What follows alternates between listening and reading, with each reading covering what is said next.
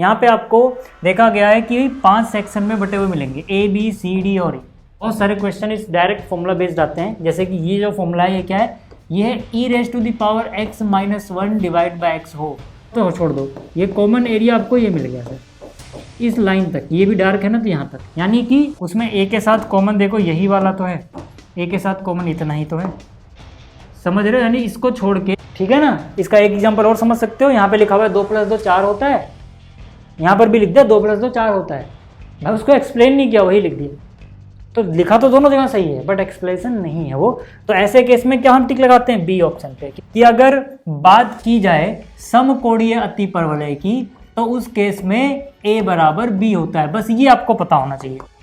Hello hello hello, क्या हाल चाल। तो देखो यार, आज का जो ये लेक्चर है इसमें हम मॉडल पेपर डिस्कस करने वाले हैं। जो मेरे पास मॉडल पेपर है ये है 2023-24 का। अगर आपके पास कोई लेटेस्ट है तो आप मुझे वो सेंड कर सकते हो, है ना, उसका सॉल्यूशन मैं प्रोवाइड कर दूंगा। अगर आप में से कुछ बच्चों के एग्जाम्स हो चुके हैं तो यार जरूर से इस बार का जो पीडीएफ बना के ना, जो आपका पेपर आया था, है ना, पीडीएफ बना के मुझे टेलीग्राम पे सेंड कर देना, ताकि मैं उसका सॉल्यूशन बच्चों को, जो दूसरे बच्चे हैं अगले साल हो गया या फिर इस साल जिन बच्चों के पेपर रह रहे हैं अभी होने को, उनको सॉल्यूशन प्रोवाइड कर पाऊँ। तो फिलहाल मेरे पास 2023-24 का है, क्लास 11 सीबीएसई बोर्ड का, है ना। टोटल 80 नंबर का ये आपका एग्जाम होगा। और कितने क्वेश्चन रहते हैं टोटल 38 क्वेश्चन आएंगे, है ना। अब देखो, जो मेरे पास ये क्वेश्चन पेपर था ना, ये असलियत में इंग्लिश मीडियम में था, ठीक है। तो ये जो चीज़ें हैं इसको मैंने चैट जीपीटी से बस इतना ही ट्रांसलेट कराया है, बाकी जो क्वेश्चन है वो इंग्लिश मीडियम में ही लिखे हुए हैं, है ना। हालांकि जो उनके मेन वर्ड है मैं बताता रहूँगा हिंदी में उन्हें क्या कहते हैं, आपको कोई दिक्कत नहीं आएगी। फिलहाल टोटल 38 जो क्वेश्चन होंगे ना, यहाँ पे आपको देखा गया है कि 5 सेक्शन में बटे हुए मिलेंगे, ए बी सी डी और ई, है ना। ये 5 सेक्शंस होंगे, जिसमें से खंड ए जो होगा यानी सेक्शन ए जो होगा, इसमें 18 बहुविकल्पीय प्रश्न होंगे यानी एमसीक्यूज होंगे, और 2 असरसर रीजन वाले होंगे यानी कथन और कारण वाले, ठीक है। इस तरह से जो सेक्शन बी होगा उसमें 5 क्वेश्चंस मिलेंगे वेरी शॉर्ट आंसर वाले, ठीक है, जिसमें प्रत्येक 2 नंबर का होगा। और सेक्शन सी में 6 शॉर्ट आंसर वाले क्वेश्चन मिलेंगे, जिसमें से हर एक 3 नंबर का होगा। सेक्शन डी में 4 मिलेंगे लॉन्ग आंसर वाले, जिसमें से प्रत्येक 5 नंबर का होगा। और जो सेक्शन लास्ट वाला है यानी खंड ई जो है, इसमें 3 स्रोत आधारित यानी जो केस स्टडी वाले क्वेश्चंस आते हैं वो आएंगे, है ना। तो अभी हम यहाँ पे सेक्शन ए की बात करने वाले हैं, बस जो बाकी के सेक्शन है वो हम अगले लेक्चर्स में देखेंगे। अभी आप देखो एमसीक्यू में मेनली किस तरह क्वेश्चंस आते हैं, जहां जहां पर जरूरत पड़ेगी कि भाई इंग्लिश में लिखा हुआ उसको हिंदी में क्या कहते हैं वो मैंने लिख दिया, टेंशन मत लेना, आपको समझ में आ जाएगा। फिलहाल इसमें यहाँ पे कोई जरूरत नहीं थी, है ना। यहाँ पे क्या लिखा हुआ है, इफ, यानी कि यदि fx इतना है तो f4 क्या होगा। अब जाहिर सी बात है यार, यहाँ पे अगर आप देखोगे, है ना, आपको सिर्फ आंसर निकालना है। तो f(x) क्या है सर, √x प्लस में 1/x, है ना। आपको 4 ऑप्शन दिए गए, अब आपको क्या निकालना है, f4, ठीक है। तो f4 निकालने के लिए आप क्या करोगे यार, यहाँ पर जो ये फलन है ना, x की जगह आपको 4 पुट करना है, तो f4 बन जाएगा, मतलब x को रिप्लेस कर दिया आपने 4 से। तो यहाँ पे अगर x की जगह आप 4 लिख दोगे, सीधी सी बात है भाई, तो ये यही तो नजर आएगा। अब आपको पता है कि ये वर्गमूल चाल कितना होता है, 2, है ना, कि 2 + 1/4, यानी कि कितना बन गया, 2 प्लस में 1/4, तो 4 दूनी 8 और 1 9, यानी कि 9/4। तो यहाँ से आप देखोगे ऑप्शन बी सही आंसर है ना। बहुत आसान से क्वेश्चन है, इसमें टेंशन मत लेना, है ना। ये आपको समझ में आ गया, इसका आंसर सही क्या है, ऑप्शन बी। और हाँ, एक बात और याद रखना कि जितने भी चैप्टर्स थे मैंने सब आपको कंप्लीट करा दिया है ना। सबका लिंक इस लेक्चर के डिस्क्रिप्शन में आप वहाँ से देख पाओगे। सारा बेसिक कॉन्सेप्ट मैं आपको पढ़ाता चला हूँ पूरे साल तक, ठीक है। अच्छा, अगले में बोला गया इसेंट्रिसिटी यानी जो उत्केंद्रता है, इक्विलेटरल हाइपरबोला जिसे हम बोलते हैं समकोणीय अतिपरवलय, है ना। आपकी किताब में यहाँ पर इक्विलेटरल की जगह क्या लिखा हुआ है, रेक्टेंगुलर, है ना। कोई इक्विलेटर बोल देता है, कोई रेक्टेंगुलर बोल देता है, कैसे भी हो, है ना। हिंदी में मेन वर्ड हम जो यूज करते हैं वो समकोणीय अतिपरवलय बोलते हैं। तो यहाँ पर इसकी उत्केंद्रता यानी इसेंट्रिसिटी कितनी होगी ये पूछा है। अब देखो यार, पहली बात तो इसेंट्रिसिटी का फॉर्मूला क्या होता है ना। इसेंट्रिसिटी का जो फॉर्मूला होता है वो आपने पढ़ा हुआ है, वो होता है E = c/a। इसेंट्रिसिटी यानी उत्केंद्रता। तो ये उत्केंद्रता है समकोणीय अतिपरवलय की, ये हमसे पूछा गया है। तो हमें पता है कि अगर बात की जाए समकोणीय अतिपरवलय की तो उस केस में a बराबर b होता है, बस ये आपको पता होना चाहिए, है ना। यहाँ पे जो की फैक्टर है इस क्वेश्चन को करने का वो क्या है कि आपको पता होना चाहिए कि अगर, है ना, इक्विलेटरल हाइपरबोला यानी कि रेक्टेंगुलर हाइपरबोला भी इसे बोल देते हैं, है ना, यानी कि हिंदी में समकोणीय अतिपरवलय है, वो अगर आपको दिया गया है तो A बराबर B होता है उस केस में। अब आपको पता है इसेंट्रिसिटी का फॉर्मूला क्या है, C/A। अब आपको बस यहाँ पे एक बात पता होनी चाहिए कि अगर मैं अतिपरवलय की बात करूं तो C, A और B में ये रिलेशन होता है, और इसको याद करने का मैंने ट्रिक भी बता रखा था, क्योंकि आप कंफ्यूज हो जाते हो, है ना, कि भैया जो एलिप्स है उसमें क्या होगा और इसमें क्या होगा, तो कंफ्यूज ना हो इसलिए मैंने बताया हुआ है दीर्घवृत्त और इसमें, है ना, C, A और B के बीच में अगर आप कंफ्यूज हो तो उसका ट्रिक क्या होगा, उसके लिए आपको लेक्चर देखना पड़ेगा वाला। खैर मैं वहाँ पे वापस नहीं जा रहा। तो यहाँ से अगर आप देखें तो यार यहाँ पर A है, C की वैल्यू भी A में निकाल लेते हैं। कैसे निकालोगे यार, देखो C² इज इक्वल टू क्या है, A² प्लस में B² है, B की जगह भी A² लिख दो। ऐसा क्यों किया सर हमने, क्योंकि A और B बराबर थे। भाई मैंने क्या बोला, समकोणीय अतिपरवलय में A और B बराबर होते हैं, तो इसका मतलब B की जगह भी A लिख सकते हो, है ना, और A की जगह A रहने दो। तो यहां से आप देखोगे C² इक्वल टू 2A² आ जाएगा। अब जैसे ही इतना मिला, अब आप अंडर रूट ले लो दोनों तरफ, तो ये C इक्वल टू कितना हो जाएगा, ये अंडर रूट में चला जाएगा, यानी कि अंडर रूट 2 और A² का अंडर रूट A हो गया। प्लस माइनस लगाने की जरूरत नहीं है यहाँ पे, है ना, वैसे हम लगाते हैं, क्यों नहीं है, क्योंकि ये डिस्टेंस है नेगेटिव नहीं होता, C डिस्टेंस है नेगेटिव नहीं होता है, तो वहाँ पे प्लस माइनस लगाने की जरूरत नहीं है। तो यहाँ से अगर आप देखेंगे कि भाई अब क्या मिलने वाला है हमें, E इक्वल टू C की वैल्यू क्या आ गई, अंडर रूट 2 है, C की वैल्यू क्या आ गई, अंडर रूट 2 है, डिवाइड बाई क्या है सर, A, है ना, ये जो C की वैल्यू यहाँ से हमने देख ली, ठीक है। तो यहाँ से A से A कट गया, इसेंट्रिसिटी कितनी आ गई, अंडर रूट 2, है ना। आप डायरेक्ट याद भी रख सकते हो, अगर MCQ में आगे तो टिक लगा के आगे बढ़ जाना, कि इक्विलेटरल हाइपरबोला या फिर रेक्टेंगुलर भी बोल देते हैं जैसे मैंने कहा, है ना, उसमें जो इसेंट्रिसिटी होती है वो अंडर रूट 2 होती है, और वो क्यों आती है वो उसका कारण मैंने बता दिया, क्योंकि A और B बराबर होते हैं, ABC में ये रिलेशन होता है ना। B की जगह A रख दोगे क्योंकि A और B बराबर है तो आपको ये मिल जाएगा, C की जगह ये रखोगे, सॉल्व करके ये मिल जाएगा, है ना, बहुत सिंपल सा, ठीक है, इसका प्रोसेस है करने का। हालांकि ये बच्चों को याद भी हो जाता है ना, कि √2 होता है, तो अगर आपके एग्जाम में आता है आप डायरेक्ट टिक लगाओ, आगे बढ़ो। ठीक, आगे बात कर लेते हैं, ये वाला क्वेश्चन देखो लिमिट्स का है ना, आपको लिमिट के लिए सॉल्व करना है, ध्यान से देखना क्या है सर क्वेश्चन ये है, ठीक है, इसको थोड़ा और मोटा कर लेते हैं पेन को, है ना। क्वेश्चन है आपको ये निकालना है, लिमिट निकालनी है जब x 0 को अप्रोच कर रहा हो। लिमिट वाला चैप्टर मैंने आपको बहुत बेहतरीन तरीके से पढ़ाया था, सारे कॉन्सेप्ट अच्छे से बताए थे, है ना। अगर आपने वो नहीं देखा है तो उसका वन शॉट तो जरूर देख लेना, आपको चीज़ें समझ में आ जाएंगी, ठीक है। फिलहाल यहाँ पे ये डायरेक्ट फॉर्मूला बेस्ड क्वेश्चन है। कौन सा फॉर्मूला लगेगा सर इसमें, देखो इसमें ये फॉर्मूला लगेगा। अगर आपने ये फॉर्मूला नहीं पढ़ा है तो इसको, है ना, अपने दिमाग में फीड कर लेना। बहुत सारे क्वेश्चन इस डायरेक्ट फॉर्मूला बेस्ड आते हैं, जैसे कि ये जो फॉर्मूला है ये क्या है, ये है e⁻x-1 डिवाइड बाई x हो, तो ये सीधा सीधा 1 आंसर देता है, सीधा सीधा क्या आंसर देता है 1। ये फॉर्मूला है सर, ये फॉर्मूला है, ठीक है, ये फॉर्मूला। आप कहोगे अपना क्वेश्चन इसके जैसा तो है लेकिन बिल्कुल सेम टू सेम नहीं है। क्यों नहीं है सर, क्योंकि देखो यहाँ पे अगर x होगा तो वही x यहाँ पे 0 को अप्रोच करना चाहिए, वही x यहाँ नीचे होना चाहिए, ठीक है। तो यही चीज़ अगर हम यहाँ पर देखें तो यहाँ पर तो जो है वो नीचे तो नहीं है भाई, जैसे वहाँ पे अगर जो भी था वही नीचे होना चाहिए, वही x गोज टू 0 होना चाहिए। तो वहाँ पे अगर 3x था तो नीचे 3x होना चाहिए अगर आपको फॉर्मूला लगाना है तो, और यहाँ भी 3x गोज टू 0 होना चाहिए। आप कहोगे सर देखो अगर x गोज टू 0 है, दोनों तरफ 3 से मल्टीप्लाई कर दोगे तो ये 3x गोज टू 0 इंटू 3 यानी कि 0 ही रहेगा। तो यहाँ पर x की जगह 3x भी होगा तो कोई फर्क नहीं पड़ना, बना दिया। मैंने कहा ठीक है सर, लेकिन वहाँ 3x है तो नीचे 3x कैसे बनाओगे, तो आप कहोगे अरे सर ऐसे क्वेश्चन तो देखो हमने बहुत सारे किए थे, यहाँ पर 3 लगा दो, यहाँ पर भी 3 लगा दो, ऊपर नीचे 3 किया कोई फर्क नहीं पड़ना, 3 से मल्टीप्लाई 3 से डिवाइड कर सकते हैं ऐसा। अब जैसे हमने इतना किया सर, देखो ये जो 3 है ये तो बाहर आ जाएगा क्योंकि ये कांस्टेंट है, कांस्टेंट चीज़ों को ऐसे आप बाहर लिख सकते हो। अंदर क्या बचेगा सर, अंदर बचेगा, ध्यान से देखो, लिमिट x की जगह आ चुका है 3x गोज टू 0, है ना। यहाँ क्या बचा हुआ है, यहाँ बचा हुआ है e⁻3x - 1 डिवाइड बाई 3x। ये कितना हो जाएगा सर, ये कितना हो जाएगा, है ना, ये कितना हो जाएगा, ये हो जाएगा, देखो ये जो 3 है ये तो ऐसे ही रहेगा, इनटू इस पूरे की वैल्यू हो गई 1। क्यों सर, क्योंकि देखो जो भी यहाँ तामझाम है वही तामझाम गोज टू 0 डिवाइड बाई वही तामझाम हो तो फिर 1 आता है। आप अगर देख पा रहे हो तो जो भी तामझाम यहाँ है वही तामझाम यहाँ है, वही तामझाम 0 को अप्रोच कर रहा है, मतलब क्या कि ये पूरे का आंसर 1 हो जाएगा, और बाहर बैठा हुआ है 3, तो 3 इंटू 1 कितना हो जाएगा सर 3, ठीक है। तो कौन सा ऑप्शन सही है, ऑप्शन बी, ठीक है। ये फॉर्मूला याद रखना मेरे भाई, ठीक है, ये फॉर्मूला याद रखना, ये फॉर्मूला है ना, उसकी वजह से इसका आंसर कितना आ रहा है 3 आ रहा है, ठीक है, उसकी वजह से। तो ये हो गया क्वेश्चन नंबर 3, ठीक है। अब देखो जो अगला क्वेश्चन है इसमें क्या कह रहा है, इसमें कह रहा है ए और बी अगर दो समुच्चय हैं तो इसकी वैल्यू निकाल दो। देखो जब भी ऐसे क्वेश्चन है तो वेन डायग्राम का सहारा ले सकते हो। हालांकि मैं आपको दोनों तरीकों से समझा देता हूँ कि कैसे करेंगे, वेन डायग्राम से भी और वेन डायग्राम के बिना भी। पहले वेन डायग्राम से देख लो, क्योंकि ऐसे जो भी आपसे एमसीक्यू में पूछा जाता है ज़्यादातर वेन डायग्राम से वो बहुत ही जल्दी सॉल्व हो जाता है।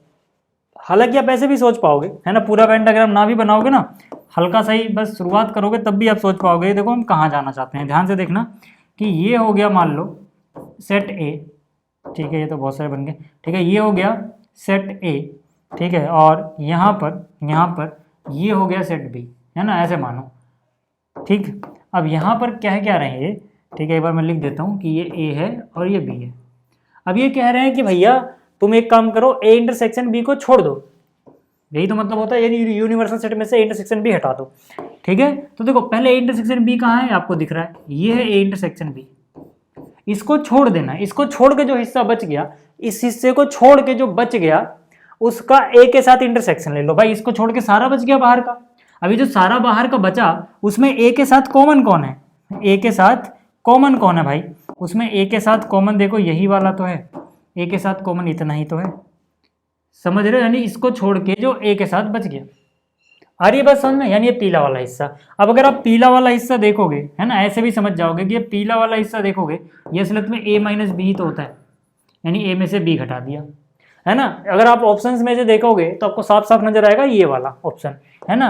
अभी जिनको नहीं समझ में आया मैं समझा दूंगा, टेंशन मत लो, है ना। जिनको समझ में आ रहा है यहाँ से भी देख सकते हो, a माइनस बी का मतलब ही होता है जो a में है लेकिन b के पास नहीं होना चाहिए। इसका भी क्या मतलब है, जो a में है b में नहीं है, b डैश लगा हुआ है, उनका इंटरसेक्शन मतलब दोनों कंडीशन, ए में है और बी में नहीं है, वही मतलब होता है ना। देखो पीला वाला हिस्सा ए में तो है लेकिन बी में नहीं है, जो हिस्सा बी के साथ कॉमन था हमने हटा दिया भाई, ठीक है। तो ये ऐसे करके भी आप समझ सकते हो। और वेन डायग्राम के कॉन्सेप्ट को भाई मजबूत रखना, वेन डायग्राम का कॉन्सेप्ट अगर आपका अच्छा है तो चीज़ें बहुत जल्दी आपके समझ में आती हैं। तो इसका मतलब ऑप्शन बी हो गया सीधा सीधा इसका, ठीक है, ऑप्शन बी हो गया, है ना। अब मान लो अगर कोई ऐसे नहीं करता, अगर मान लो कोई वेन डायग्राम का सहारा नहीं लेता, फिर वो कैसे करता है इस क्वेश्चन को प्रॉपर तरीके से अगर करना हो तो यार देखो, सबसे पहली बात तो इसमें ए इंटरसेक्शन, ये जो है ना, इसको हम क्या लिख सकते हैं, इसको हम लिख सकते हैं ए यूनियन बी, लेकिन फिर अलग अलग डैश लग जाएगा, इस पर अलग अलग कॉम्प्लीमेंट्स निकाल दोगे इसका, ये हमने पढ़ा हुआ है ना। मैंने आपको बताया था कि एक बार ऐसे डैश लगाने के बजाय दो बार ऐसे लगा दो,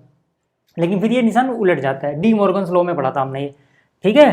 तो यहाँ से हम क्या बोलेंगे, अब इसका डिस्ट्रीब्यूट करना जरा, यहाँ हो जाएगा ए इंटरसेक्शन ए कॉम्प्लीमेंट, है ना, ए इंटरसेक्शन ए कॉम्प्लीमेंट। अगर आप वैसे ही करना चाहते हो बिना वेन डायग्राम के, फिर क्या आएगा, यूनियन आएगा, यूनियन लगाओ, फिर ए इंटरसेक्शन बी डैश, ठीक है, क्या हो जाएगा यहाँ पर ए इंटरसेक्शन बी डैश।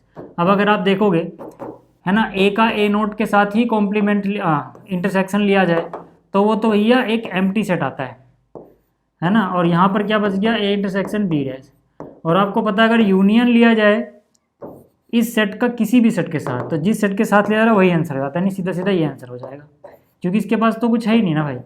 तो यूनियन का क्या मतलब होता है, चाहे इसके पास हो चाहे इसके पास हो, दोनों के पास हो, काम चल जाएगा, यानी ये आ गया, है ना। जिसकी किसी भी सेट का अगर यूनियन एम्प्टी सेट के साथ लिया जाता है तो वही चीज़ आ जाती है, बस ये रूल आपको पता होना चाहिए। मैं ये मान के चल रहा हूँ, अपने बेसिक वाले लेक्चर्स तो देखे हुए हैं भाई, ठीक है, तभी आपको ये चीज़ें समझाएंगे। देखो यहाँ से भी यही आंसर आ रहा है, ठीक है। बाकी अगर हम इस क्वेश्चन की बात करें तो ऐसे क्वेश्चन को आप कैसे करोगे, अगर एमसीक्यू में आ रहा है ना तो ऐसे करना, सीधी सी बात है। देखो ए में क्या कह रहा है, एक्स जो है ना वो रियल नंबर को बिलोंग करता है और 4 से बड़ा है। अगर रियल नंबर को बिलोंग करे भाई तो सबसे पहले अगर रफली अगर आपको बहुत जल्दी करना है, एक नंबर लाइन बनाओ, रफली अगर आपको करना है तो देखो रियल नंबर है और 4 से बड़ा है तो आप कहीं भी 4 मार्क कर दो, कहीं भी रफली करना जल्दी से 4। अब मुझे पता है कि हम यहाँ से आगे डार्क करते हैं, बट आप ऐसे मत करना क्योंकि हम ये रफ वर्क कर रहे हैं, आप करना इसके ऊपर थोड़ा, यहाँ पर, है ना, 4 के सीध में गया, 4 को इंक्लूड नहीं करना है, इक्वल टू नहीं है तो यहाँ पे इसको डार्क मत करना। और 4 से बड़े की तरफ जाना है तो इधर तीर बना दो, क्योंकि x 4 से बड़ा है। ध्यान से देखोगे तो आपको मिलेगा x 4 से बड़ा था, पहली बात हो गई, x 4 से बड़ी वाली लाइन आ गई है ना, ये क्या हो गया, x 4 से बड़ा है, ठीक है। ऐसे यहाँ पर क्या है, x रियल नंबर को है लेकिन बिलोंग कर रहा है, लेकिन x 5 से छोटा या बराबर है। अब 5 कहाँ आएगा, 4 के राइट में, बस इतना याद रखना, ये मत सोचना 5 यहाँ लिख दोगे तो गड़बड़ होगा यार, 5 यहाँ आ गया। अब 5 से छोटा या बराबर है ना, आप क्या करो, 5 पे बराबर भी है तो इसको डार्क करोगे।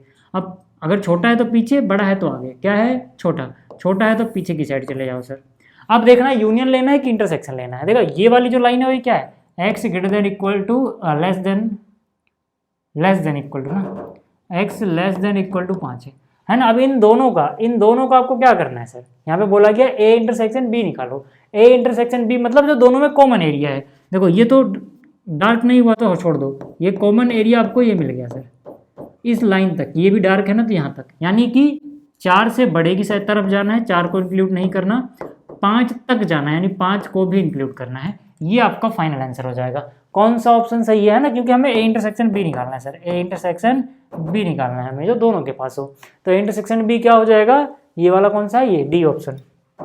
अब अगर आपके दिमाग में ये आ रहा है कि अगर मान लो सवाल में ये पूछा होता तो क्या करते सर, तो मैं कहूँगा अगर ये पूछा होता है ना, अभी तो जो मैंने डार्क किया वो ये है, अगर ये पूछा होता ना तो जहाँ पर या तो दोनों लाइन्स आ रही हों, जैसे यहाँ पे दोनों लाइन वाला हिस्सा कहाँ लोगे इंटरसेक्शन में, और अगर यूनियन पूछा होता तो चाहे एक लाइन आ रही है, चाहे 2 लाइन आ रही है, चाहे इधर एक लाइन आ रही है, सबको ले लेते, यानी कि वो सारा ही हो जाता फिर, यानी वो रियल नंबर आ जाता। हालांकि यूनियन पूछा नहीं। यहाँ तक बात समझ में आ रही है, तो देखो रफली फटाक से ही हो जाएगा। ठीक, आगे अगर हम बात करें तो कह रहा है कि अगर ए इतना है बी इतना है और आर जो है वो एक संबंध है, रिलेशन है ए टू बी। ठीक है, आर क्या है, एक रिलेशन है ए टू बी। ठीक है, संबंध है, रिलेशन मतलब संबंध है भाई। ठीक है, तो यहाँ पे मैं लिख देता हूँ, मिट गया है। ठीक है, रिलेशन मतलब क्या है, ये संबंध है। ठीक है, ए टू बी, तो रिलेशन कहाँ से कहाँ तक जा रहा है, ए से बी में जा रहा है। तो हमसे कह रहा है कि अगर रिलेशन इस तरह से डिफाइंड है कि x is less than y, है ना, इसको मैं शॉर्ट में लिख देता हूँ, मतलब x जो है वो y से छोटा है, x y से छोटा है, तो रेंज क्या होगी, रेंज यानी कि परिसर सर, रेंज मतलब परिसर। अब आपको क्वेश्चन समझ में आ रहा होगा, है ना, क्वेश्चन अब आपको समझ में आ रहा होगा कि एक रिलेशन है जो a से b में डिफाइंड है, a में ये 3 चीज़ें हैं, b के पास ये चीज़ें हैं, हमें जो रिलेशन बताया गया है वो a से b में जो है उसमें क्या खास बात है कि x y से छोटा होना चाहिए, है ना। इसको अगर मैं अच्छे से लिखना चाहूँ तो ऐसे लिख सकता हूँ कि भाई जो रिलेशन है इसमें देखो a टू b डिफाइंड है, इसका मतलब है पहले x आ रहा है फिर y आ रहा है, जहाँ पे x लेस देन है y से, है ना, x a को बिलोंग कर रहा है ना, x a से संबंधित है एंड y जो है वो b से संबंधित है। ये कहने का मतलब अगर प्रॉपर तरीके से लिखूँ तो ये लिखना चाहते हैं लोग। ठीक है, प्रॉपर तरीके से अगर मैं लिखूँ तो ये लिखना चाहते हैं। तो ये कह रहा है रेंज बताओ। अब रेंज बनाने के लिए मैं क्या लिखता फिरूँ यहाँ पे, नहीं सर, देखो रेंज बनाने के लिए आप सिंपली क्या करोगे, आप ना ये इसका ये इस्तेमाल कर लो यार, क्योंकि वो करके तो दिखाना नहीं है, आप स्मार्ट बनोगे ना थोड़ा वहाँ पे तो टाइम बच जाएगा। अब ए के पास क्या है सर 1 2 3, ध्यान से देखना, और बी के पास क्या है सर, बी के पास है 1 4 6 9, 1 4 6 9। अब देखो जब भी हम परिसर या रेंज की बात करते हैं तो हम कहते हैं यहाँ से जो लिंक होंगे ना, अगर ये तो किस किस को जाके तीर लगेगा उसका एक समुच्चय बना दो। अब देखो यार, अब x होना क्या चाहिए, यहाँ से x आएगा, यहाँ से y आएगा, x क्या होना चाहिए, y से छोटा, यानी कि आप यूं कह लो अगर x y से छोटा, इसको आप ऐसे भी तो समझ सकते हो y बड़ा कहाँ कहाँ है, तो देखो एक तो किसी से बड़ा हो नहीं सकता इनमें से, यानी एक को तीर जाके कभी लगेगा नहीं, है ना। देखो 1 से 4 बड़ा है ना, 1 से 6 भी बड़ा है, 1 से 9 भी बड़ा है। ठीक है, ऐसे ही 2 से 4 बड़ा है, 2 से 6 बड़ा है, 2 से 9 भी बड़ा है, 3 से 4 बड़ा है, 3 से 6 बड़ा है, 3 से 9 भी बड़ा है ना। वो बनाने की जरूरत ही नहीं है, मतलब तीर इन्हीं को जाके लग सकता है और किसी को जाकर लगेगा ही नहीं। आ रही बात समझ में। तो परिसर का क्या मतलब होता है, जिन जिनको तीर लगा है उनसे एक समुच्चय बना दो, है ना, यानी कि 4 को लग रहा है, 6 को लग रहा है, 9 को लग रहा है, ऐसे लिखते मत बैठ जाना, है ना, इसका परिसर आ जाए, है ना। तो यहाँ से कौन सा ऑप्शन आएगा, कौन सा ऑप्शन आएगा यहाँ से, देखो ऑप्शन ये वाला, ऑप्शन सी 4 6, है ना, परिसर पढ़ा हुआ है ना आपने। ठीक है, तो अगर देखो अगर आपने कॉन्सेप्ट ही नहीं पढ़े तो फिर आपको समझने में दिक्कत होगी, क्योंकि मैं थोड़ा जल्दी बता रहा हूँ, क्योंकि मैंने बहुत मेहनत की थी आपके साथ चैप्टर में, अगर आपने चैप्टर नहीं देखा तो आप गलती है। ठीक है, समझ में आ गई बात। ऐसे लिखने मत बैठना कि मैं ऐसे लिख रहा हूँ यार कि एक किससे लिंक होगा क्या, नहीं, फिर 2 4 से लिंक होगा, ऐसे ऐसे मत करना, बस टाइम वेस्ट हो जाएगा, क्योंकि ये तो रफ वर्क है यार, आपको तो MCQ कर रहा है ना, टिक लगाओ आगे बढ़ो। आ रही बात समझ में यहाँ पे, है ना। एक किससे लिंक क्यों नहीं हो रहा है, क्योंकि x छोटा होना चाहिए y से, फिर कह लो y बड़ा होना चाहिए x से, तो 1 तो इनमें से किससे बड़ा होगा नहीं, तो कभी भी नहीं जाएगा। इतना करने की जरूरत भी नहीं जो मैंने 3 मारे, वैसे भी आपको कॉमन सेंस से नजर आ जाता। ठीक है, अगला क्या है कि किसी भी सेट A के लिए और B के लिए ये चीज किसके बराबर होगी, तो यार देखो ये चीज फिर से भाई, ये चीज फिर से ना वेन डायग्राम का इस्तेमाल कर लो भैंस के यहाँ, 2 ही चीज है ना, देखो बहुत जल्दी हो जाएगा, है ना। ये हो गया मान लो एक सेट A, ठीक है, और यहाँ पे हो गया मान लो एक दूसरा सेट B, ठीक है, एक दूसरा सेट बी, ये हो गया। अब देखो जो हिस्से की बात कर रहा है उसकी बात करते हैं। ए इंटरसेक्शन बी की बात कर रहा है, ए इंटरसेक्शन बी बना दो, है ना। मान लो कि भैया ये ए है, ये बी है, तो आपको पता है कि ये वाला हिस्सा क्या होगा, ये वाला हिस्सा हो जाएगा ए इंटरसेक्शन बी, ये वाला हिस्सा हो जाएगा ए इंटरसेक्शन बी, हो गया। ठीक है, आगे क्या कह रहा है, यूनियन लेना ए माइनस बी के साथ। ए माइनस बी क्या होगा भैंस क्या, ए माइनस बी यही होगा क्या, ये होगा ए माइनस बी। भाई ये वाला जो हिस्सा है ये ए माइनस बी। अब क्या कह रहा है कि ये व्हाइट वाला जो है, लाइनिंग करी है मैंने यहाँ पे, और जो ये पीला वाला पोर्शन है ए इंटरसेक्शन बी, ये वाला ए माइनस बी, ये वाला, इनका यूनियन ले लो। भाई इनका यूनियन लोगे तो पूरा ए नहीं मिल जाएगा आपको, ये वाला हिस्सा ये वाला हिस्सा पूरा ए मिल जाएगा ना। तो जाहिर सी बात है ये जो हिस्सा है ये फाइनली आपको क्या आंसर देने वाला है, ए आंसर देने वाला है यार। देखो वेन डायग्राम से फटाक से हो जाएगा। ठीक है, देखो अब जो अगला क्वेश्चन है इसमें कह रहा है कि अगर x रियल नंबर से संबंधित है तो रेंज बता दो, यानी परिसर बता दो एफ ऑफ एक्स की, एफ ऑफ एक्स है इतना। अब मुझे एक बात बताओ यार, ठीक है भाई, देखो एफ ऑफ एक्स बहुत आसान सा क्वेश्चन है, ऐसे क्वेश्चन हमने किए भी थे। मैंने जो चैप्टर नंबर 2 पे इंपॉर्टेंट क्वेश्चंस की वीडियो अपलोड करी थी उसमें बताया भी था कि इस तरह क्वेश्चन को हम अप्रोच कैसे करते हैं। ठीक है, हालांकि यहाँ पे हम प्रॉपर तरीके से नहीं करेंगे क्योंकि एमसीक्यू है, तो हम ठीक है कॉमन सेंस का इस्तेमाल करेंगे। देखो मैंने क्या बोला था कि भाई रेंज का मतलब है y की वैल्यू कहाँ से कहाँ तक जा सकती है। ठीक है, एफ ऑफ एक्स को ही तो y बोलते हैं, ये आपने पढ़ा हुआ ना, y equal to f of x, यानी एफ ऑफ एक्स को आप रिप्लेस कर दो y से, एफ ऑफ एक्स को रिप्लेस कर दो y से, है ना, इसी को हम क्या बोलते हैं, y बोलते हैं, ये याद रखना। अब y की वैल्यूज कहाँ से कहाँ तक जा सकती हैं, वो सारा समुच्चय बना दे अगर हम y की सभी वैल्यूज का, तो वो परिसर बन जाता है। यहाँ पर भी हमने यही देखा था कि भाई y की क्या क्या वैल्यू हो सकती है, इसी का एक समुच्चय बनाया तो परिसर बन गया था। ठीक है, तो यहाँ पे अगर हम देखें तो पहली बात, ठीक है, पहली बात देखो यहाँ पर मैं एक सीधी सी बात बताता हूँ कि 1 divide by 1 plus x square जो भी है, ये जो भी ये तामझाम है भाई, जो भी y की वैल्यू है, जो भी ये तामझाम है, ये कभी भी ऋणात्मक नहीं होगा। आप ध्यान से देखो, आपको खुद ही समझना है क्यों नहीं होगा। ये हमेशा 0 से बड़ा ही होगा, 0 भी नहीं होगा। कैसे समझा देता हूँ, देखो है ना, इसको समझ लो जरा। जो ये ऊपर लिखा हुआ है इसको हम क्या बोलते हैं, अगर भिन्न मान ले इसको हम, तो ये अंश है, अंश है ना। और जो ये नीचे लिखा हुआ है, ध्यान से देखना, आपको ऐसी कॉमन सेंस ही समझाएगा, प्रॉपर तरीके से करने की जरूरत भी नहीं है ना। इसको हम बोलते हैं हर। अब अगर आप देखोगे अंश 1 है यानी धनात्मक है, अंश तो पॉजिटिव है, अंश तो पॉजिटिव है यानी धनात्मक है सर। ठीक है, और जो हर है ये भी क्या है सर, पॉजिटिव है। ठीक है, अंश क्या है, अंश तो सीधा सीधा 1 है ना। आप ऐसे भी कह सकते हो कि जो अंश है वो 1 है, और जो ये होगा हर, वो क्या है, वो देखो ना, एक्स स्क्वायर की सबसे कम वैल्यू भी 0 हो सकती है। अगर एक्स रियल नंबर है तो रियल नंबर का स्क्वायर सबसे कम भी 0 हो सकता है। 1 में 0 जोड़ोगे यानी इसकी वैल्यू सबसे कम भी 1 होगी, यानी कि ये जो है या तो 1 है या 1 से ज़्यादा है, या तो 1 है या 1 से ज़्यादा है। बात समझ में आ रही है, अब अगर मैं यहाँ पे आपको बताना चाहूँ कि भाई ऊपर कोई धनात्मक चीज़ है, नीचे भी कोई धनात्मक चीज़ है, धनात्मक को धनात्मक से डिवाइड कर रहे हो तो क्या कभी माइनस आएगा, नहीं आएगा। पहला लॉजिक समझ में आ रहा है, यानी कि ये जो चीज़ है, देखो ऊपर वाली चीज़ पॉजिटिव ही तो है, 1 है भाई, नीचे वाली चीज़ या तो 1 है या 1 से बड़ी ही मिलेगी, 1 से छोटी भी नहीं हो सकती। क्यों नहीं हो सकती, क्योंकि देखो एक्स स्क्वायर सबसे कम 0 होगा, 1 में 0 भी जोड़ दोगे तब भी वो 1 रहेगा, यानी 1 से कम तो मिल ही नहीं रहा। यानी कि ये जो वैल्यू, हाँ अगर इसकी वैल्यू 0 के अलावा कुछ और है तो वो 1 से बड़ा ही होता जाएगा, यानी कि हर जो है वो या तो 1 है या 1 से ज़्यादा है। तो जब पॉजिटिव को पॉजिटिव डिवाइड कर रहे हो तो ये 0 से बड़ी ही मिल रही है, 0 भी नहीं मिल रही, 0 भी नहीं बना पाओगे इसको, आप एक्स कुछ भी पुट कर लो। और अगर मैं आगे देखूं तो मुझे पता है कि ये जो वैल्यू है ना, ये 1 से बड़ी तो नहीं हो सकती, लेकिन भले 0 से हमेशा बड़ी रहेगी, लेकिन ये पूरी वैल्यू 1 से बड़ी नहीं हो सकती, हाँ बराबर हो सकती है। कैसे, ध्यान से देखना, ऊपर जो भी है, नीचे वाला अगर ये 0 हो जाए तो 1 + 0 1 होगा, 1 डिवाइड बाई 1 1 होता है, यानी कि इसकी वैल्यू 1 के बराबर भी हो सकती है। और इसके अलावा कुछ भी पुट करोगे तो 1 प्लस समथिंग 1 से बड़ा होता जाएगा, यानी ऊपर वाले से नीचे वाला बड़ा होता जाएगा। जब भी ऊपर वाले से नीचे वाला बड़ा हो, यानी कि अंश छोटा हो जाए, हर बड़ा हो, तो ये फ्रैक्शन 1 से छोटी ही रहती है। अगर ये दोनों बराबर हो जाए तो 1 के बराबर आ जाती है ना। ये बात पता है आपको, तो अगर आपको ये पता है तो देखो ये भी तो पता होगा, हालांकि इतना एक्सप्लेन करने की जरूरत नहीं थी। ठीक है, क्वेश्चन हो चुका है, इसी को हम y बोल देंगे, y 0 से 1 है ना, 0 से बड़ा और 1 से छोटा है बराबर।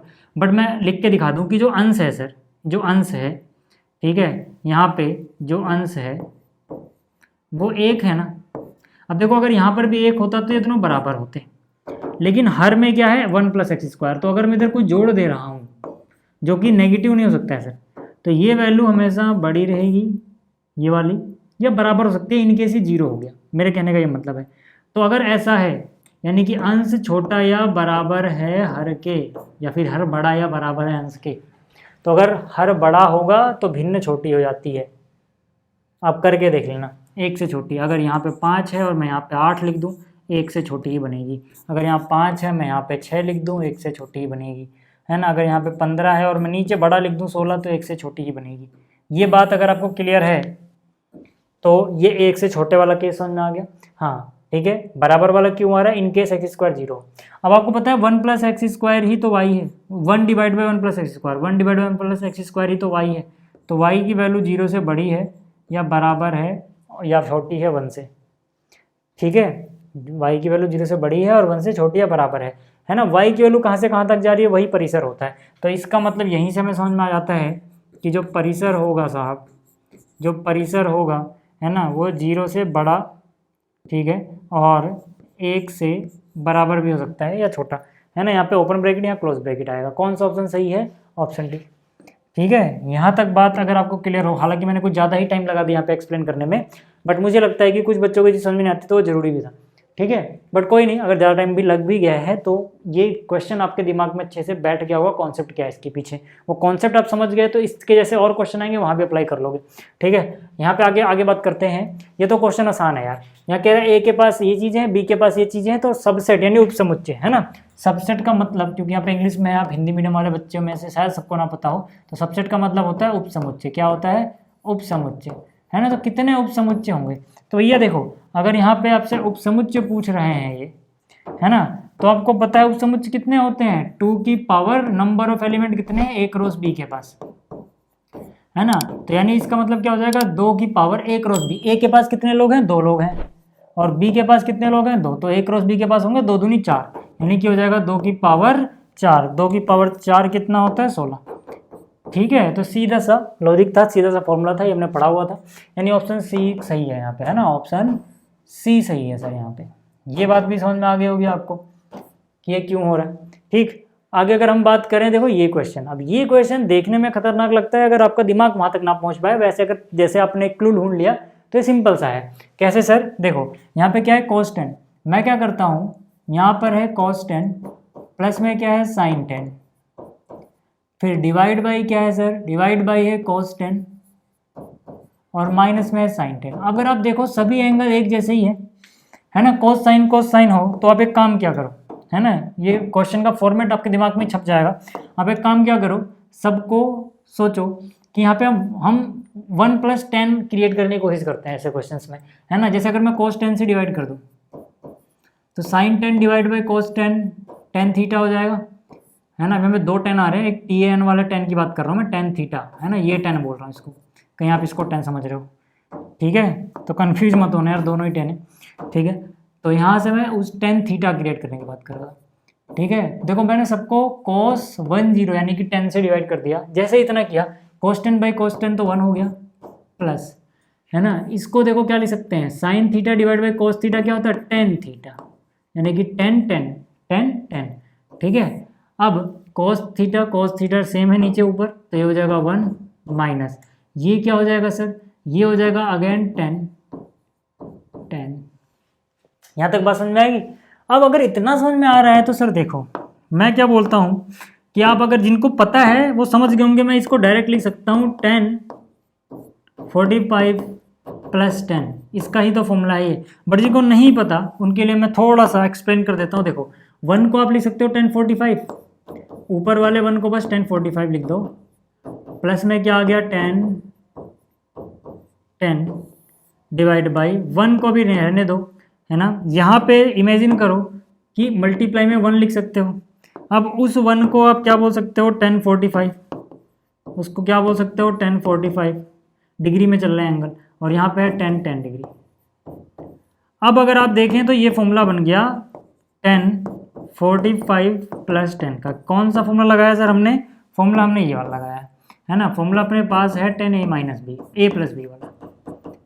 10a + b क्या होता है? ये होता है 10a प्लस में 10b, याद करो, डिवाइड बाय 1 - 10a 10b। बस जैसे ही आपको ये फॉर्मूला समझ में आया है ना, तो ये काम बन गया। देखो ना, हमें ये चीज़ दी गई है और इससे ऊपर जाना है। ठीक है, देखो a की जगह a को रिप्लेस कर दो 45 से और b को रिप्लेस कर दो 10 डिग्री से, आपको समझ में आ जाएगा, है ना। 1045 10a + 10b, 1 - 10a 10b। बात समझ में आ गई? ठीक है, अब जैसे ही इतना किया आपको समझ में आ गया होगा कि ये हो जाएगा 1055 डिग्री।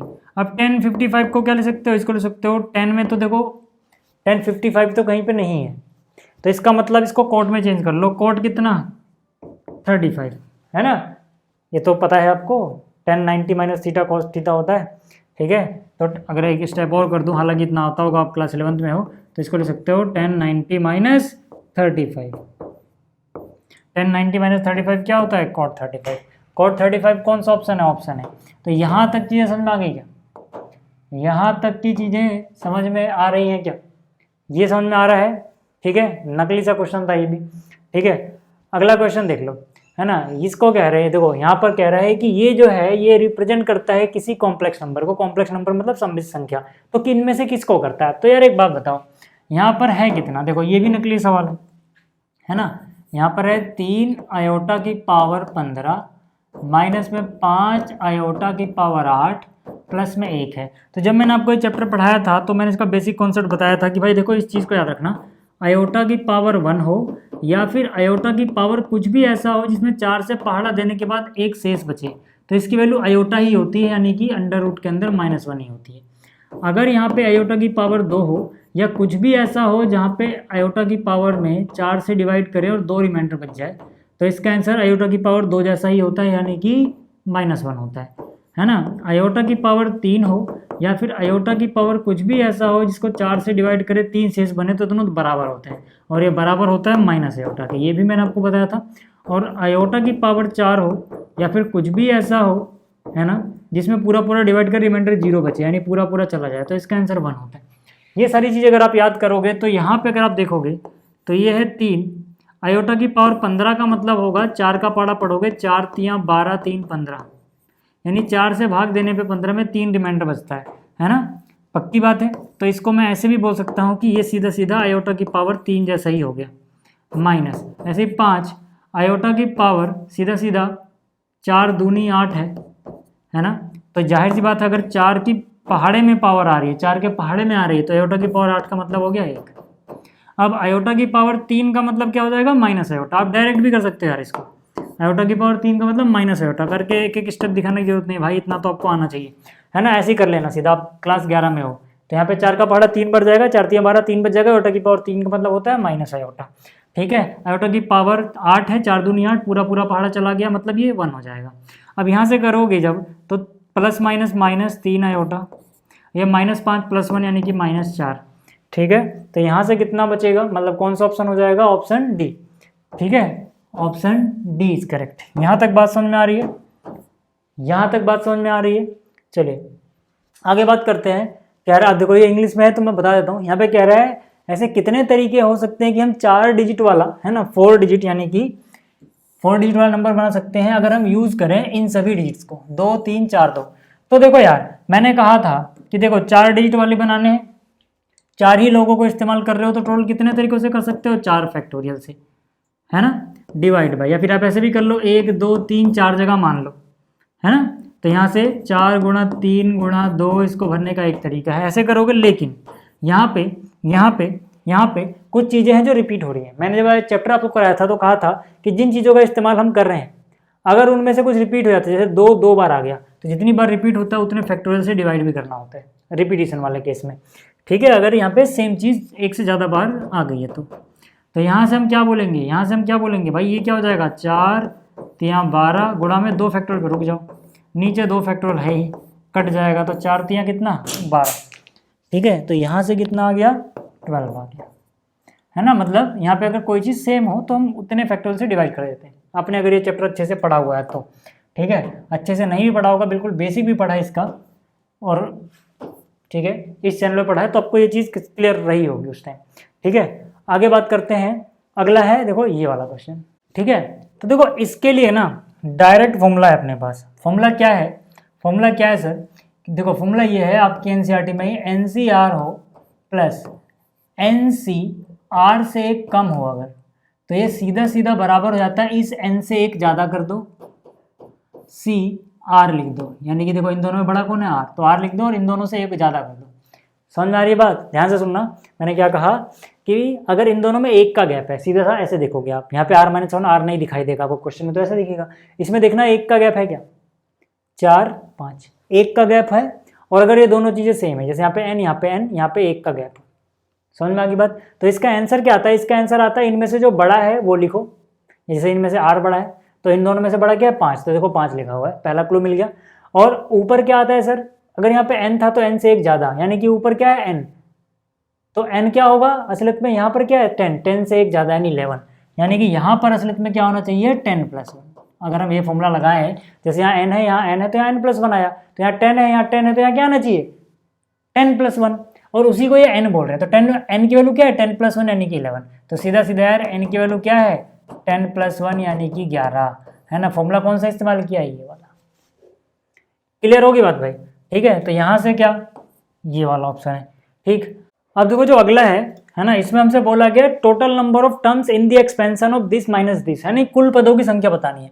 हमसे क्या बोला गया है टोटल नंबर ऑफ टर्म्स, यानी कि हमसे पूछ रहा है कुल पद कितने होंगे भाई, ये बता दो। क्या पूछ रहा है हमसे, कुल पदों की संख्या। लेकिन कुल पदों की संख्या किस में भाई, कुल पदों की संख्या जो हमसे पूछी है वो उसमें पूछी है। देखो अब इसको करेंगे कैसे, x + 11 की घात 23, और माइनस में भी यही चीज़ है, बस x + 11 की जगह x - 11 की घात 23 हो गई। अब जरा इस क्वेश्चन को करने के लिए आपको कुछ कॉन्सेप्ट समझने होंगे। पहला कॉन्सेप्ट क्या है सर, पहला कॉन्सेप्ट ये है कि यहाँ पे अगर बाइनोमियल चीज़ लिखी हुई है, दो पद लिखे हुए हैं, द्विपद लिखा हुआ है, द्विपद की घात जो भी है, इस घातांक से, इस घातांक को देखो, इससे एक ज़्यादा होती है पदों की संख्या। यानी कि अगर ये 23 है तो इसमें पदों की संख्या 24 होगी, इसमें भी पदों की संख्या 24 होगी। अब क्या बोलोगे 24 - 24 जीरो कर दोगे क्या, नहीं भाई, 24 - 24 जीरो पद ऐसा मत करना, इसीलिए इन्होंने ऑप्शन पहले ही जीरो दिया हुआ है ना, वो गड़बड़ हो जाएगी बात।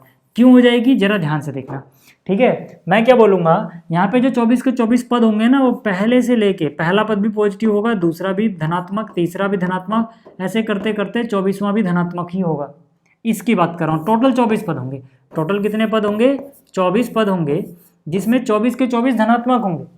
लेकिन यहाँ पे अगर हम बात करें तो इसमें 24 में से 12 धनात्मक, 12 ऋणात्मक होंगे। ये माइनस अंदर जब जाएगा तो जो धनात्मक वाले हैं उनको ऋणात्मक कर देगा, ऋणात्मक वालों को धनात्मक कर देगा। मतलब कि अगर मैं इस माइनस के साथ मिला के बोलूँ, इस माइनस के साथ ही मिला के बोलूँ, तो यहाँ पर भी क्या होगा, यहाँ पर ऐसे चलेगा, पहला पॉजिटिव होगा, दूसरा नेगेटिव, फिर तीसरा पॉजिटिव, फिर चौथा नेगेटिव। इसी तरह से करते करते 12 धनात्मक होंगे और 12 पद ऋणात्मक होंगे।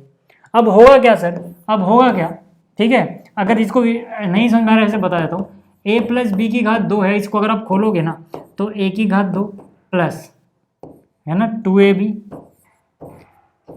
Plus b²। तो देखो कि यहाँ पे 2 है तो पदों की संख्या 3 है सर। धनात्मक वाले में सारे ही धनात्मक है, बट अगर ये ऋणात्मक होता है, मतलब a - b वाला होता, तो पहला धनात्मक, फिर 2ab ऋणात्मक, फिर b² धनात्मक, ऐसे चलता, प्लस माइनस प्लस माइनस, है ना। अब यहाँ पर क्या है सर कि कुल पदों की संख्या 3 है तो एक विषम संख्या है ना, इसीलिए यहाँ पे देखोगे तो 2 बार धनात्मक, 1 बार ऋणात्मक दिखा। लेकिन अगर कुल पद मान लो 4 हो, कुल पद 6 हो, कुल पद 8 हो, कुल पद 2, तो आधे धनात्मक होते हैं, आधे ऋणात्मक होते हैं। तो अगर यहाँ पे टोटल 23 था n, तो उससे एक ज़्यादा नहीं 24 पद होंगे। 24 पद में पहला पॉजिटिव, दूसरा नेगेटिव, फिर पॉजिटिव, ऐसे चलता यहाँ पे। लेकिन जब ये माइनस अंदर जाएगा तो ऐसे कर देगा, पहला माइनस, दूसरा पॉजिटिव, फिर माइनस, फिर पॉजिटिव, ऐसे चलेगा। मतलब कहने का मतलब है इसको प्लस माइनस कौन सा कहाँ रहा है आपको नहीं सोचना है ना। यहाँ तो होता plus minus plus minus, minus अंदर जाएगा तो माइनस प्लस, ऐसे चलेगा, ठीक है। बट हमें इतना पता है यहाँ पे 12 माइनस होंगे, 12 पॉजिटिव होंगे।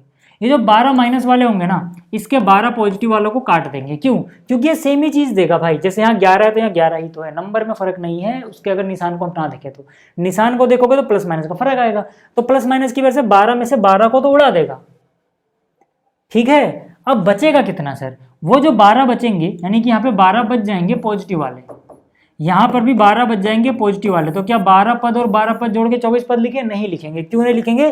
क्योंकि ये लाइक टर्म्स होंगी, है ना, एक जैसे पद होंगे, तो वो जुड़ के वापस से 12 ही बनेंगे। आप कहोगे ये क्या बकवास कर रहे हो, 12 + 12 12 होता है क्या? मैं बोलूंगा होता है भाई, होता है। कहाँ पे होता है? देखो यहाँ पे होता है, मैं आपको दिखा देता हूँ कहाँ पे होता है। यहाँ पे होता है सर। जैसे देखो यहाँ पर क्या था, a² + 2ab + b², ये कितने पद हैं? 3 पद हैं। और यहाँ पर क्या था, a² - 2ab + में b², ये कितने पद हैं? ये भी 3 पद हैं।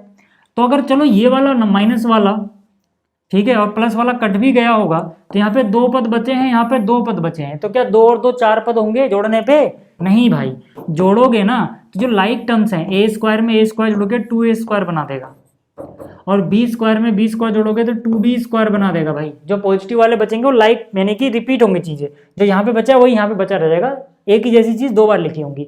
जैसे a² बच गया तो उसको जोड़ोगे तो 2a² हो जाएगा, यहाँ पे जोड़ोगे तो 2b² हो जाएगा। पदों की संख्या 2 ही रहेगी, 2 पद प्लस में 2 पद, अगर वो लाइक यानी कि लाइक टर्म्स हैं, है ना, समझातीय पद हैं, तो वो जुड़ के डबल नहीं होते हैं, वो 2 ही पद रहते हैं।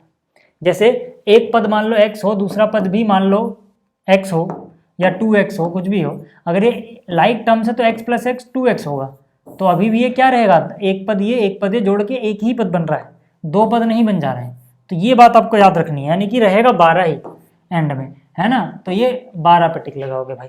ठीक है, अगला क्या है, इस पॉइंट का डिस्टेंस बताओ। मैंने आपको बताया था कि अगर मान लो अपने पास किसी पॉइंट के कोऑर्डिनेट हैं, तो मैंने कहा था इस ट्रिक को देख लो भाई, शॉर्ट वीडियो भी अपलोड करी थी। मैंने कहा था आपका किसी प्लेन से डिस्टेंस पूछ लेंगे या उसका रिफ्लेक्शन पूछ लेंगे, तो ट्रिक क्या है, पहले क्वेश्चन पढ़ता हूँ। क्वेश्चन है डिस्टेंस यानी दूरी बता दो इस पॉइंट की, इसी पॉइंट के रिफ्लेक्शन से। रिफ्लेक्शन कहाँ पे देखा गया? XZ प्लेन में, मतलब जो XZ तल है, XZ प्लेन, उसको शीशा मानो, दर्पण मानो, है ना, जिधर चमकदार सतह उधर जाके खड़ा हो गया ये पॉइंट। मान लो यहाँ पे XZ प्लेन है, ऐसे बाहर निकल रहा है, मान लो XZ प्लेन है, इसके ऊपर यहाँ पॉइंट कहीं खड़ा हो गया जाके। अब इसकी परछाई कहीं नीचे बन रही होगी, जितना ये इस प्लेन से ऊपर होगा परछाई उतनी ही नीचे बन रही होगी। प्लेन मिरर ऐसे ही काम करता है भाई, है ना, जितनी दूर ऑब्जेक्ट उतनी दूर इसकी इमेज, है ना।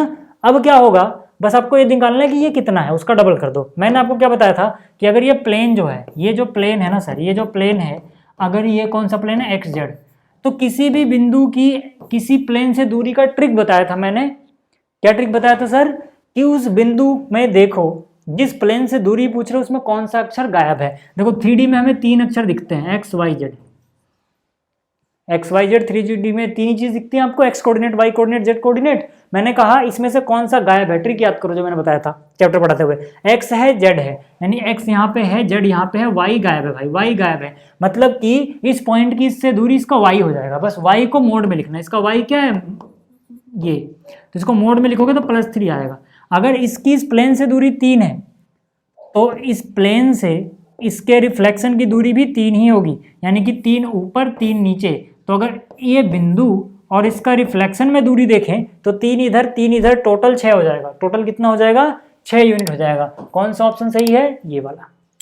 ठीक है, आगे अगर हम बात करें तो डेरिवेशन करनी है, मतलब डेरिवेटिव निकालना है, अवकलज निकालना है sin x cos x का। ये तो नकली सवाल है भाई, है ना। अब अगर ये भी ना कर पाओ तो फिर यार गड़बड़ है।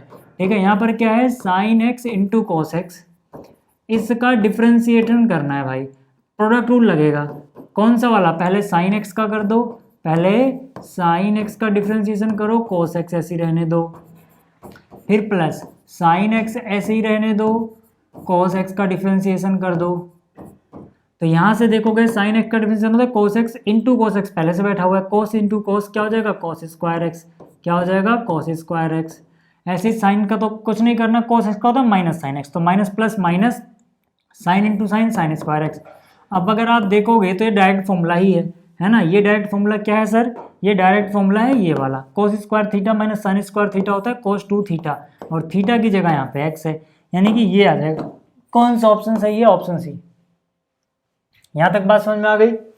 ठीक है, आगे अगर हम चले तो देखो इस तरह का क्वेश्चन मैंने आपको बहुत कहे थे, और मैंने कहा था प्रोबेबिलिटी में कि देखो भैया जो डी मॉर्गन्स लॉ है उसका इस्तेमाल करवाते ही करवाते हैं आपसे ये प्रोबेबिलिटी के अंदर। चैप्टर 1 में आपने डी मॉर्गन्स लॉ पढ़े थे, है ना, जिसमें आपने अलग अलग जैसे ए डैश यूनियन बी डैश था, तो इसको मैंने कहा था एक साथ ये लिख सकते हो, इंटरसेक्शन लगा दो और एक साथ लिख लो, या फिर अगर यहाँ पर इंटरसेक्शन होता तो इधर यूनियन आ जाता, है ना, याद आई वाली बात। और मैंने कहा था ये प्रोबेबिलिटी में ज़्यादा इस्तेमाल करेंगे। अब जैसे अगर आपको चीज़ें याद हैं तो बोला क्या गया है कि भैया इसकी प्रोबेबिलिटी निकाल दो, जरा ध्यान से देखना, है ना, प्रोबेबिलिटी निकाल दो ए डैश। अब चाहे ऐसे निशान लगाओ चाहे ऐसे लगाओ, एक ही बात होती है ना, ये निकालना है। मैंने आपको बताया था कि जब अलग अलग सर पे सींग लगे हो ना, ये निकालना कठिन होता है। इसको आप सिंपली क्या करो, इसको आप लिख दोगे ऐसे, ठीक है, यानी कि ए और बी लिखो, जो अलग अलग इनके सर पे सींग है तो वो यहाँ लिख दो। मैंने ये बताया था, अगर जिन बच्चों ने देखा है ना, मैंने पहले ही प्रेडिक्ट किया था कि भाई ऐसे क्वेश्चन पूछे जाते हैं आपसे। बस यहाँ इंटरसेक्शन की जगह आपको यूनियन लगा देना होता है। और जैसे ही पूरा इकट्ठा लगा हुआ है, जैसे ही पूरा इकट्ठा लगा हुआ है किसी की प्रोबेबिलिटी में, तो इसको 1 में से माइनस कर दो, है ना। क्यों? क्योंकि प्रोबेबिलिटी ए नोट की, ए नहीं की प्रोबेबिलिटी क्या होती है, 1 माइनस ए की probability.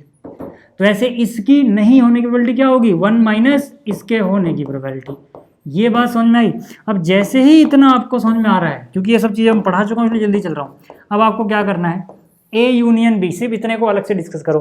Probability A union B आपको पता है ना भाई क्या होती है, ए की प्रोबेबिलिटी निकाली, प्लस कर दिया बी की प्रोबेबिलिटी, और अगर यहाँ यूनियन है तो माइनस कर दिया इनका इंटरसेक्शन की प्रोबेबिलिटी। ये तो हमने पढ़ा हुआ है फॉर्मूला। अब बस वैल्यू रख दो ना मेरे भाई। कहाँ दिक्कत आ रही है, 1 माइनस ए की प्रोबेबिलिटी देखो बताई हुई है, ए की प्रोबेबिलिटी कितनी है 0.05, 0.05। बी की प्रोबेबिलिटी देखो बताई हुई है कितनी है 0.10, 0.10। इनके इंटरसेक्शन की प्रोबेबिलिटी देखो बताई गई है, ए इंटरसेक्शन बी कितना है 0.02, कितना है 0.02। सॉल्व करोगे तो कितना हो जाएगा, ये हो जाएगा 1 माइनस, ये कितना हो जाएगा 0.15 माइनस 0.02 यानी 0.13। तो ये कितना हो जाएगा 0.87। कौन सा है भाई, ऑप्शन बी। तो भाई इस चीज़ को याद रखना, डी मॉर्गन भाई साहब प्रोबेबिलिटी के अंदर पूछ रहे हैं, सेट वाला कॉन्सेप्ट लेके, ठीक है। तो ये पूछा जाता है इस पे क्वेश्चन, ठीक। आगे अगर हम बात करें तो क्या रहा है, ये देखो ये क्वेश्चन कई बार रिपीट हुआ भाई, चाहे वो लीप ईयर में पूछ लेंगे या सिंपल ईयर में पूछ लेंगे, है ना। तो इसमें बोला क्या गया है, probability that a leap year will have 53 Mondays और 53 ट्यूसडेज। अब इसको हिंदी में ट्रांसलेट वैसा हो गया होगा, आपको इतनी समझ में आती होगी कि अगर कोई लीप ईयर है, लीप वर्ष है, तो 53 मंडे या फिर 53 ट्यूसडे होने की प्रोबेबिलिटी बता दो, है ना। अब देखो यार, है ना, अब देखो यार, अब मैं क्या बोलता हूँ कि भाई पहले एक बात बताओ, नॉर्मल ईयर होता तो कितने दिन होते, 365 दिन होंगे। लेकिन अगर लीप ईयर होता है तो एक दिन बढ़ जाता है, 366 होते हैं, है ना। तो अगर मैं देखूं कि चलो ठीक है, अगर लीप ईयर है तो 366 दिनों में कितने हफ्ते बनेंगे, पूरे जितने पूरे हफ्ते बनेंगे हर दिन उतनी बार आया होगा। जैसे अगर 2 हफ्ते हैं तो हर दिन 2 बार आया होगा भाई, 3 हफ्ते हों तो हर दिन 3 बार आया होगा। ऐसे ही अगर मैं इसको 7 से डिवाइड करूं तो मुझे पता लगेगा भाई 7 का पहाड़ा 5 बार जाएगा, 7 पंजे 35, 1 और 6 16 यानी 7 दूनी 14, यानी कि 52 हफ्ते, W फॉर वीक यानी हफ्ते, 52 हफ्ते पूरे बच जाएंगे, प्लस 2 दिन और बचेंगे, 2 डेज। क्योंकि यहाँ पे अगर इसको डिवाइड करोगे शेष 2 रह जा रहा है ना, ठीक है। लास्ट में 7 दूनी 14 हुआ था, 16 था, तो 2 बच गया। यानी कि देखो 52 हफ्ते तो पूरे बन रहे हैं। यानी कि अगर हमसे ये पूछ लेता है ना कि भाई 52 हफ्ते 52 मंडेज होंगे, हम बोलेंगे भाई हमेशा हो जाएगा वो तो, ठीक है। बट हमसे पूछा नहीं, हमसे पूछा 53। यानी कि देखो जब 52 हफ्ते पूरे हो गए होंगे, यानी कितने दिन बीत चुके होंगे, 364 दिन। भाई 364 दिन में कितने हफ्ते बन जा रहे हैं, 52, है ना। 364 दिनों में 52 हफ्ते बन जा रहे हैं, तो हर दिन 52 बार आया होगा। लास्ट में बच जा रहे हैं 2 डेज, है ना, लास्ट में बच जा रहे हैं 2 दिन। अब इन 2 दिनों में क्या क्या संभावनाएं हो सकती हैं, उसका सैंपल स्पेस बना लो भैंस की आंख। अब देखो ना, यानी कि 365वां और 366वां दिन, समझ रहे हो ना। देखो 354वें दिन तक तो 52 हफ्ते पूरे हो गए, 365वां एक दिन होगा, 366वां एक दिन होगा, यानी कि ये 2 दिन जो हैं इनमें क्या क्या हो सकता है। तो चलो मान लो मंडे पड़ गया 365वें दिन, तो 366वें दिन ट्यूसडे पड़ जाएगा। ऐसा हो सकता है कि भाई इस दिन ट्यूसडे पड़ गया तो अगले दिन वेडनेसडे पड़ जाएगा, दिन तो ऐसा ही चलेंगे ना भाई। बुधवार पड़ा है ना, वेडनेसडे तो थर्सडे हो जाएगा। अगला देखो अगर ये पहला ही थर्सडे हो जाए तो अगला फ्राइडे हो जाएगा। भाई 2 ही दिन है ना, तो हम संभावनाएं बताएंगे भाई, सोमवार मंगलवार हो सकता है, मंगलवार बुधवार हो सकता है, बुधवार वीरवार हो सकता है, वीरवार शुक्रवार हो सकता है, या फिर शुक्रवार शनिवार हो सकता है। मतलब इस दिन 365वें दिन शुक्रवार हो जाए, अगले दिन शनिवार हो जाए, या फिर इस दिन शनिवार हो जाए, अगले दिन संडे हो जाए, है ना, या फिर संडे और मंडे हो जाए, उसके बाद मंडे ट्यूसडे हो जाए। तो मंडे ट्यूसडे तो हम लिख चुके हैं, यानी घूम फिर के जब तक मंडे ट्यूसडे बना लिखते रहो भैंस की, है ना। अब देखो अब आपको क्या बताना है, प्रोबेबिलिटी बतानी है। किसकी बतानी है, 53 मंडे यानी 53। अच्छा लिखने का तरीका नहीं है, मैं शॉर्टकट में लिख दे रहा हूँ, रफ वर्क है ना। Union 53 Tuesday. भाई इसी की तो प्रोबेबिलिटी बतानी है भैंस, तुम्हें देखो ना जरा ध्यान से, 53 मंडे हो या, भाई यूनियन का मतलब ही तो होता है या यार, है ना, या लिखा हुआ ना, और मतलब या, ठीक है। 53 मंडे हो या फिर 53 ट्यूसडे हो। अब देखो ना टोटल सैंपल स्पेस में कितनी चीजें आ रही हैं, 7 चीजें आ रही हैं। कितनी आ रही हैं सर, 1 2 3 4 5 6 7, यानी कुल परिणाम यहाँ पे कितने आ रहे हैं, 7 आ रहे हैं। हमारे काम का क्या है, अगर यूनियन लिखा है तो यूनियन समझते हो ना, या तो दोनों हो जाए या कम से कम एक हो, यानी कि या तो मंडे ट्यूसडे दोनों पड़ जाए, तो मंडे ट्यूसडे को दोनों पड़ रहा है, यानी ये भी अपने काम का है भैंस की यहाँ, ठीक है। या फिर इनमें से कोई एक भी पड़ेगा, मंडे पड़ जाए ट्यूसडे ना पड़े, ट्यूसडे पड़ जाए मंडे ना पड़े, वो भी अपने काम का है, क्योंकि यूनियन क्या मतलब क्या होता है, या तो इसको या तो इसको या दोनों को इस भाई ने सेटिस्फाई कर दिया। यहाँ पे देखोगे ठीक है, मंडे नहीं है ट्यूसडे तो है, अपने काम का है। यहाँ पे ना तो ट्यूसडे ना मंडे है, तो भैया कुछ नहीं लेंगे, यहाँ पर भी नहीं, यहाँ पर भी नहीं, यहाँ पर नहीं, यहाँ तो मंडे है भैंस के यहाँ, भले ट्यूसडे नहीं लेकिन मंडे तो है नहीं, ये भी अपने काम का है। तो इन 7 में से 1 2 3 अपने काम के हो गए, प्रोबेबिलिटी आ गई 3/7 भैंस की यहाँ खत्म, ठीक है। ये बात समझ में आ गई 3/7 कैसे आए, ठीक है। आगे अगर चले हम, तो अब अगला है असर्शन रीजन वाला क्वेश्चन, यानी अभिकथन और कारण। इसमें देखो समझ लो इस क्वेश्चन को, यहाँ पे कह रहा है निम्नलिखित प्रश्नों में एक कथन, अभिकथन यानी ए जिसको बोल रहे हो वो अभिकथन का है, उसके बाद आर मतलब उसका रीजन, उसका कारण बताया गया कि अगर ऐसा होता है तो इसका कारण ये होना चाहिए, है ना। और हमें विकल्प जो चुनने उसमें से हम सही कैसे चुनेंगे, देखो, है ना। ऑप्शन ए कब होगा, जब अभिकथन और कारण दोनों सही हों, और जो कारण है वो एक ही सही व्याख्या करता है। समझ में आ गई बात। यहां पर क्या है कि दोनों सही हो लेकिन कारण उस चीज का आंसर ना हो, उस चीज को व्याख्या ना करता हो, ठीक है। फॉर एग्जाम्पल मैं कह दूं 2 + 2 4 होते हैं, तो आप बोलोगे हाँ मान लो ये ए है, तो ए तो सही है ना। फिर मैं क्या बोलूंगा, फिर मैं कहूंगा अगला, त्रिभुज के तीनों कोणों का योग, त्रिभुज के तीनों कोणों का योग 180 होता है। आप कहोगे देखो सही तो दोनों है, पर त्रिभुज के तीनों कोणों का योग 180 होने से इसकी व्याख्या तो नहीं होती है। भाई बात दोनों सही है, 2 + 2 4 होते हैं, मैंने कहा कारण इसका ये, आप कहोगे ठीक है त्रिभुज के तीनों कोणों का योग 180 होता है, बट ये क्या इसको एक्सप्लेन कर रहा है कि 2 + 2 4 होते हैं, आप कहोगे नहीं, मतलब सही दोनों है लेकिन ये उसका कारण नहीं है। तो ऐसे केस में बी पे टिक करना है। तो बी समझ में आ गया, बी का मतलब दोनों सही हों, बट जो आप लॉजिक दे रहे हो वो लॉजिक सही है लेकिन उसमें अप्लाई नहीं होता जो पार्ट ए था, ठीक है। अगला क्या है, ए सही है लेकिन आर गलत है, इसमें उसका उल्टा कर दो, ए गलत है आर सही है। चलो करके देखते हैं कि कौन सा होगा, ध्यान से देखना आपको समझ में आ जाएगा मैं क्या बोलना चाहता हूं, ठीक है। कह रहा है ए में दिया, अभिकथन में क्या दिया, यदि भिन्न भिन्न रंगों के 4 झंडे दिए गए हों, 2 झंडों का प्रयोग करके एक दूसरे के नीचे ऊपर रख के, ठीक है, कितने सिग्नल कितने संकेत बनाए जा सकते हैं, ठीक है, वो बताया गया है 12 सिग्नल। तो ये तो ठीक है, क्यों सर, मैंने आपको कहा था, याद करो ऐसा क्वेश्चन हमने किया भी था, है ना, कि भाई एक झंडा ऊपर लगा एक झंडा नीचे लगा, अलग अलग सिग्नल बनेंगे। तो यहाँ पे टोटल 4 झंडे हैं, 4 झंडों में से कोई सा एक झंडा एक कलर ऊपर रख दोगे। अब भिन्न भिन्न से बनाना है तो 4 में से एक आपने यूज कर लिया, बचे होंगे 3, यानी कि 3, काम खत्म नहीं हुआ तो गुणा, तो 4 × 3 = 12, यानी टोटल सिग्नल 12 होंगे, यानी कि अभिकथन तो सही है सर, अभिकथन सही है। अब इसका कारण इन्होंने क्या बताया, कारण कह रहे हैं कि कोई घटना अगर m तरीकों से हो, है ना, विभिन्न तरीकों से घटित हो सकती है, और उसके बाद घटित होने वाली जो दूसरी घटना है वो n तरीकों से घटित हो सकती है, तो दोनों घटनाओं के क्रम में घटित होने का कुल तरीका क्या होगा, m × n। सही बात है भाई, जैसे अगर मैं इस पूरी बड़ी घटना को छोटी छोटी घटनाओं में बांटूं कि भाई 2 झंडों का सिग्नल बनाना था, ऊपर वाला झंडे का कलर लगाने को मैं घटना m बोल दूं और नीचे वाले को n बोल दूं, तो कुल तरीके कितने होंगे, m × n। वही तो हुआ है यहाँ पर, है ना, यहाँ पे 4 × 3। अब ये अगर अच्छे से सीखना है तो आप चैप्टर को देख लेना, समझ में आ जाएगा। 4 × 3 = 12, मतलब दोनों बातें सही हैं, और जो नीचे वाली बात लिखी है यही लॉजिक हमने लगा के वो 4 × 3 किया था, m × n वाला लॉजिक है 4 × 3। तो मतलब कि ए भी सही है आर भी सही है और जो आर है वो ए को एक्सप्लेन भी करता है। तो मैंने क्या बोला था, ऐसे में ऑप्शन ए पे टिक करना है। कौन सा? Option A. ऑप्शन ए पे टिक करना, स्मॉल ए लिख, क्या हो गया, यानी अभिकथन भी सही है, कारण भी सही है और आर ए की सही व्याख्या भी करता है इस पार्ट में।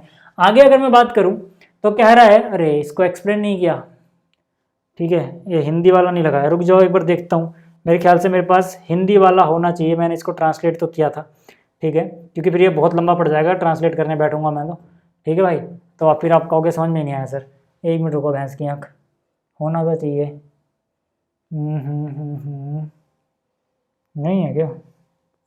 एक मिनट, होना तो चाहिए, रुको, ठीक है, ठीक है, इसको हटाओ, ये इंग्लिश मीडियम वाला है ना। इतनी तो मैंने मेहनत कर ली थी, चैट जीपीटी से करवा ली थी, मतलब ये यार जहाँ पे ज़्यादा ही पूरा इंग्लिश में लिखा है, हिंदी में समझना है, वो मैंने करवा लिया था, ठीक है। देखो वही क्वेश्चन है यहाँ पर, क्या है कि अभिकथन ए में क्या कह रहा है, E1 E2 दो अपवर्जी यानी म्यूचुअली एक्सक्लूसिव घटनाएं हैं, तो इनका इंटरसेक्शन एम्प्टी सेट होगा। बिल्कुल सही बात है ना। जो ए में लिखा हुआ है वो सही है, क्यों?